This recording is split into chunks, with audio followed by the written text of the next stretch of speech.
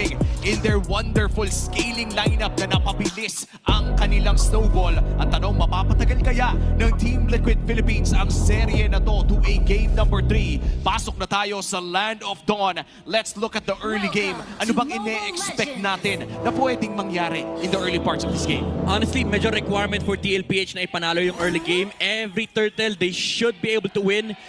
Kasi yun lang yung kayang gawin ng lineup nila. In terms of scalability, yes, kahit pa paano, kaya naman nila makipagtapatan sa damage, but they're against Akari na kayang mag-shred ng mga frontliners for the side of TLPH. Ang problema kasi, kaya silang i-kite. This time around, yung kite nasa side na ng Aurora. They have the glue, they have the grok, and also do take note, yung Valentina pwedeng-pwede rin kopyahin yung lapu-lapu. Oo nga pala. Sabay pa tayo. Sabay tayo. Hindi, na-realize ko din lang kung gaano kalaking problema kasi yun eh.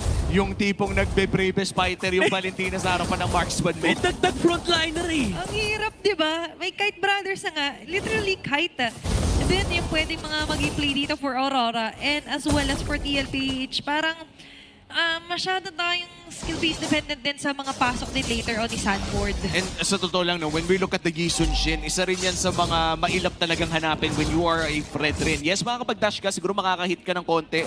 But if the traceless is available, you're technically baited out. Kumbaga, napakahirap kasing stun ng YSS na maganda yung tempo ng traceless. Kaya sobrang importante talaga ng early game dito for TLPH. If they are able to win it out, kaya naman nila makipagsabayan versus Aurora, enough yung kanilang frontliners para maprotektahan itong Granger pati na rin yung Kimi. But that's a big if. Kapag hindi na nakuha yung early game, medyo aabot sa punto na parang kailangan sobrang lulupit mo pumindot at mag-layer ng mga crowd control para makalabang ka sa Aurora. And in terms of turtle fights, no, lamang naman ang Fred rin dyan ng maaga. I think it still holds na kahit sa meta na to na medyo hindi na nabibigyan ng big importance sa Fredrin, ay napakahirap pa rin pong labanan ng Fredrin in the early turtle fights. Pero nandiyan na si Light, still level 3, wala pang access sa Tectonic Charge. Tama ka naman dyan. Do you have the layer of sustain dito and the Guardians from TLPH? Papasok na dyan yung Earther Numpad, pero Sanford nagwawala.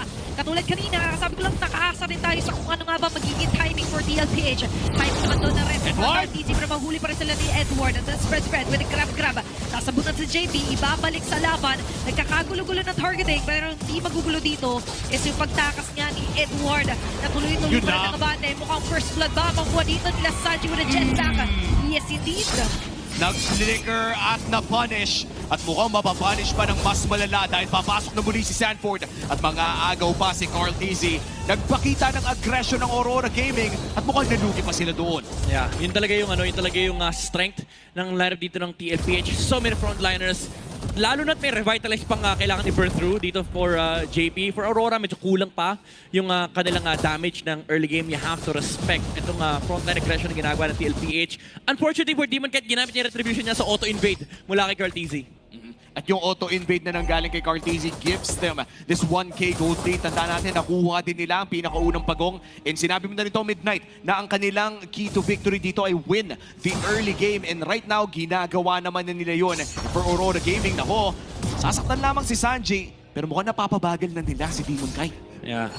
Kumbaga, ang laro dito ng TLPH is play under your own timings. Kapag kompleto yung mga battle spell, yung ulti, talagang pwede lang i-run down yung mga objectives. You're also waiting for the Granger to get out of the laning stage. Maybe yung Hunter Strike pwede na, kahit hindi na nila hintayin yung Skypiercer. Kasi yung lane-to-lane na transition pwedeng gamitin ng TLPH. Para yung sakit ng mga bala. Kakasabi lang natin ng transition. There's going to be the bullets here for Oheb. Gandang front yun for Light, but still delikado. You mentioned yung early talaga is for TLPH. At with the Fredrin, gusto ko talaga i-capitalize yung mga objective takings. At medyo babakat pa naman talaga yung damage dito ni Oheb kay Grok dahil ang first item pala dito ni Grok would be yung tough boots lamang. So, papunta pa lang ng Dreadnought Armor. Yeah, medyo bitin pa yung kanilang actually lahat for Aurora. 10 bits pa talaga lahat, so kailangan nila maghintay. Lalo't na ipanalo din ng TLPH yung first turtle. Pero hindi mabibigyan sila for easy. Kabilang banda naman iniipin doon nila Sanford and JP. Ang mga damage ang members my God, Sanford. There's the bravest fighter. Light trying to run away. Pero baka susunda pa rin sila dito nila Sanji. 5 miyembro ng TLPH ang nakaabang. Sobrang daming battle spells na na-burn doon, Midnight. Oh, and for Aurora, they're trying to deal with the front lines of TLPH, but I don't think it's the right call. Part 2 agad. At ngayon yung magiging call nila is to take no life. There's going to be the next Sonata connecting onto light.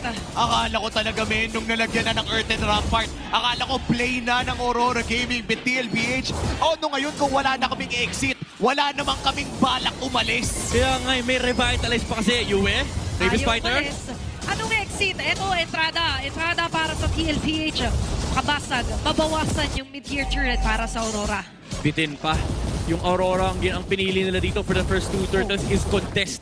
Na parang nangarap sila na mapigilan yung early game dito ng TLPH. Now, they're under the spike. Ito yung window na kung saan malakas yung lineup ng TLPH. Sobrang daming Brusco sa side ng TLPH. Pati yung Brusco ng Onyx, hiniram nila. And for Aurora, kulang pa talaga yung kanilang damage. O, kailangan pa talaga mag-farm dito if you're Aurora Gaming. Hindi pa naman ganun kalaki yung gold lead para sa side ng TLPH. 2,000 pa lamang ito, but in terms of base numbers ng ganitong level for the picks of the side of TLPH, dito mo talaga masasabi na the picks matter eh. Ito yung mga picks na kahit ganito pa lang yung pera, sobrang sakit na. Yeah. And they're also playing under the conditions, no? Ganda rin nung ginagawa ng TLPH na lagi nauuna si Sanford. Even if kailangan niyang ibigay yung kanyang katawan, kasi alam niya wala namang damage eh. Kasi may layer ng crowd control na pwedeng lumabas. Kaso nga lang, Wow! itawan ngayon ni Light ang kanyang iaalay. Makaiwas lang at makatakas doon si Domekite. Andiyan pa rin naman. Yung mga bullets mangyayari galing kay Sanji. But still, para sa Aurora, they're taking things slowly muna. That's a big flicker though from Doming Kite. This is a signal for TLPH na yung next objective nila ay super clear. Pwede nilang kunin yung pagong at mag-rumekta sa mid and also go to the bottom lane. Walang choice ang Aurora kundi humarap ng trade. Okay. It's gonna be hard. Walang flicker dito yung carry. Pero mukhang mahanap nila ng bagya. Pero baka kapag purify naman si Sanji, that's gonna be the turtle going to the hands of TLPH at lalaki na nga kanilang gold lead. Sobrang lala. Ang bilis ng transition load. Sabay! Atake dito kay Domekite na wala ng flicker. Carl Easy onto the front. Sinabsorb lang na ng damage. Ang Brazers Rat ay kukonekta live.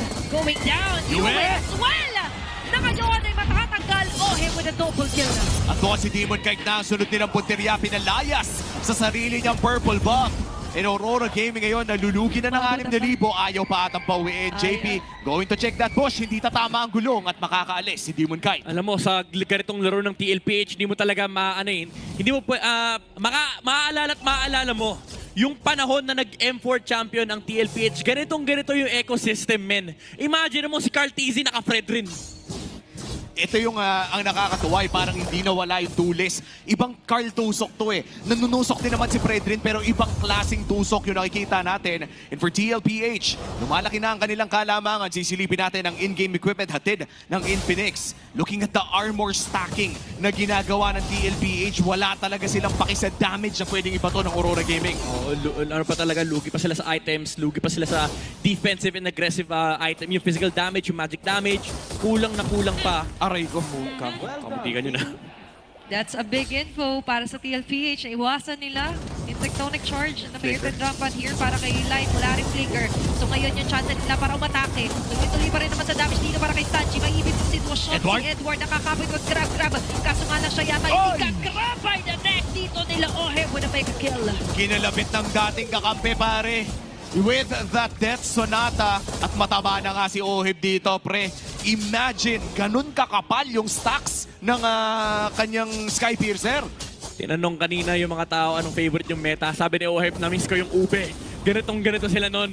4 Protect 1. Si Oheb yung funnel ngayon. Imagine mo, nasa ira tayo ngayon na si Oheb yung funnel, hindi si Carl.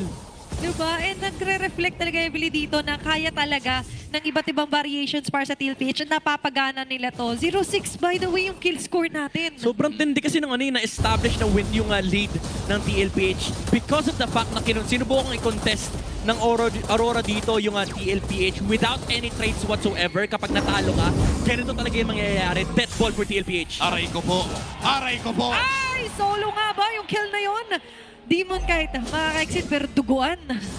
Ito yung mga kinakatakutan kay Sanford, pare. Kapag nakikita na niya yung mga jungler, marksman, mage, kahit sinong mas malambot sa kanya, kahit sino, ay bigla na lang niyang ulti ng ganun. Oh, ganun talaga kasi kapag mas mababa HP mo, nakaupo si Sanford sa tuktok ng food chain. And TLPH, alam nila pagkain lahat ngayon mula sa Aurora. And this might just be a big push para dito sa TLPH. May Lord sa baba at kontrolado nila ang wave doon sa taas. May Holy Shield pa naman for Aurora Gaming and that's gonna pop right now. Ibig sabihin yan yung susunod na mga wave ay mas mahihirapan dumepensa ang Aurora Gaming. The flickers are available para dito sa TLPH. No flicker for Edward at tatampa na nga yung Lord sa baba. Will they go for a perfect game? Gustong-gusto pa rin dito ang TLPH with a 10k gold lead. Engineer third down part. Conceal play para kay Carl TC. Wala tatamaan masyado doon sa pag-jump and si Sanford. Pero tatamaan dito si Edward. Galing dito. Aray! Back ni Sanjay. At unstoppable kill para kay Oheb. Tuloy-tuloy pa rin sa pagbabata dito ang Cavalry as they make their way onto the base itself. At sila Light ngayon ay struggling man pero kinakaya pa rin depensa ang nakalambase. At may top lane wave pa. Pwede na atang i-end ito ng TLPH. Pwede. Nakaabang na rin din sila Cartis and Sanford just waiting for the next wave of minion na incoming ngayon sa may bandang gitna. Ayun o! Sanford getting on the line of fire as TLPH ngayon ay nagkakagulo-gulo man pero isa lang objektiba. Tapusin ang game number 2 na pabor sa kanila. May pag-angat na gagawin pero aangat ang TLPH taking game number 2. At natalo man sa Game 1 ang sagot ng TLPH ay